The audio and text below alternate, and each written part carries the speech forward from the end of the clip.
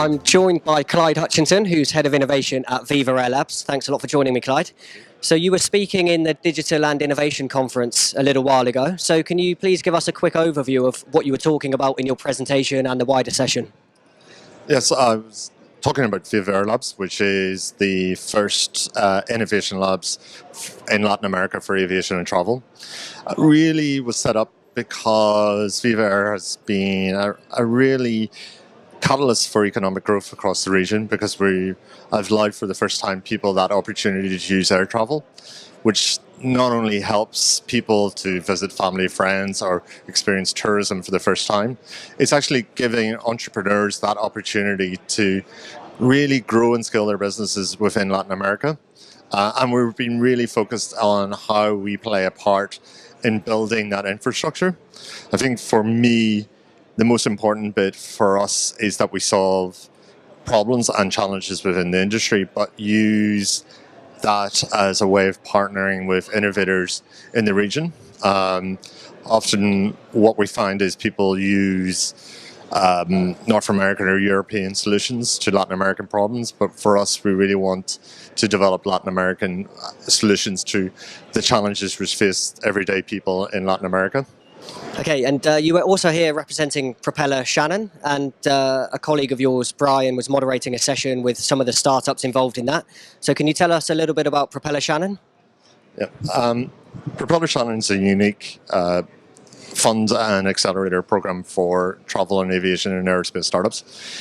It's the first program in the world which has been supported by a regulator.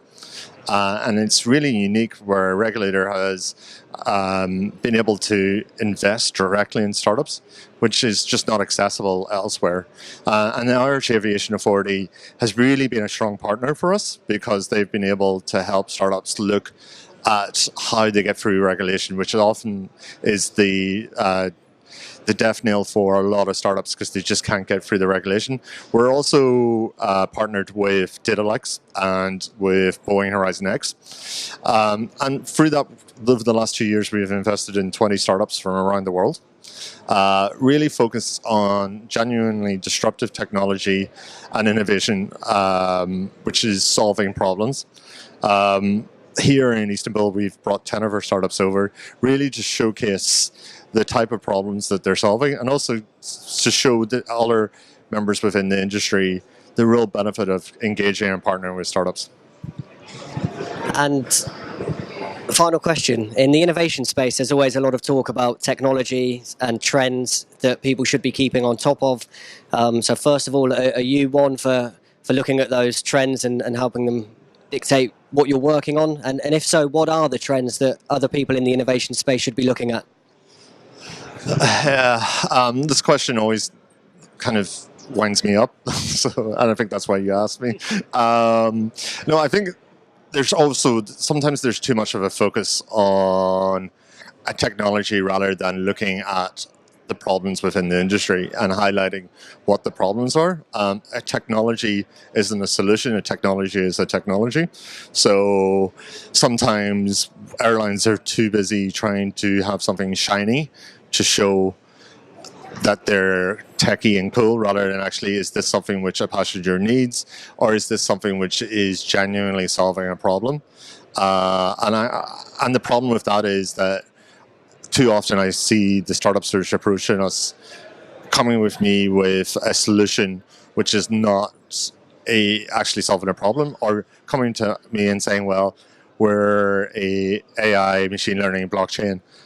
And I go, well, actually, you're a database. And they're going, but we have to say this or you're not going to be interested in us.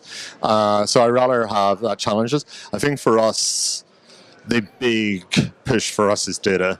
But also use our fact as a small airline that we can really be an industry leader on how to share data, but also building platforms with airports and other transportation hubs, so that we are making sure that we're using the data better, but not trying to not trying to constantly catch up with other industries. Often CMOs and other people within airlines start to talk about, oh, we need to catch up on how retail is doing. We can't.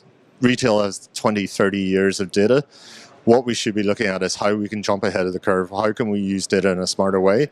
Because we're not retail, we're aviation. So therefore, how do we look at smarter, better ways, but also how we can engage the people internally with the data so that they get to use data in making decisions, but also start a culture of data storytelling within various airlines.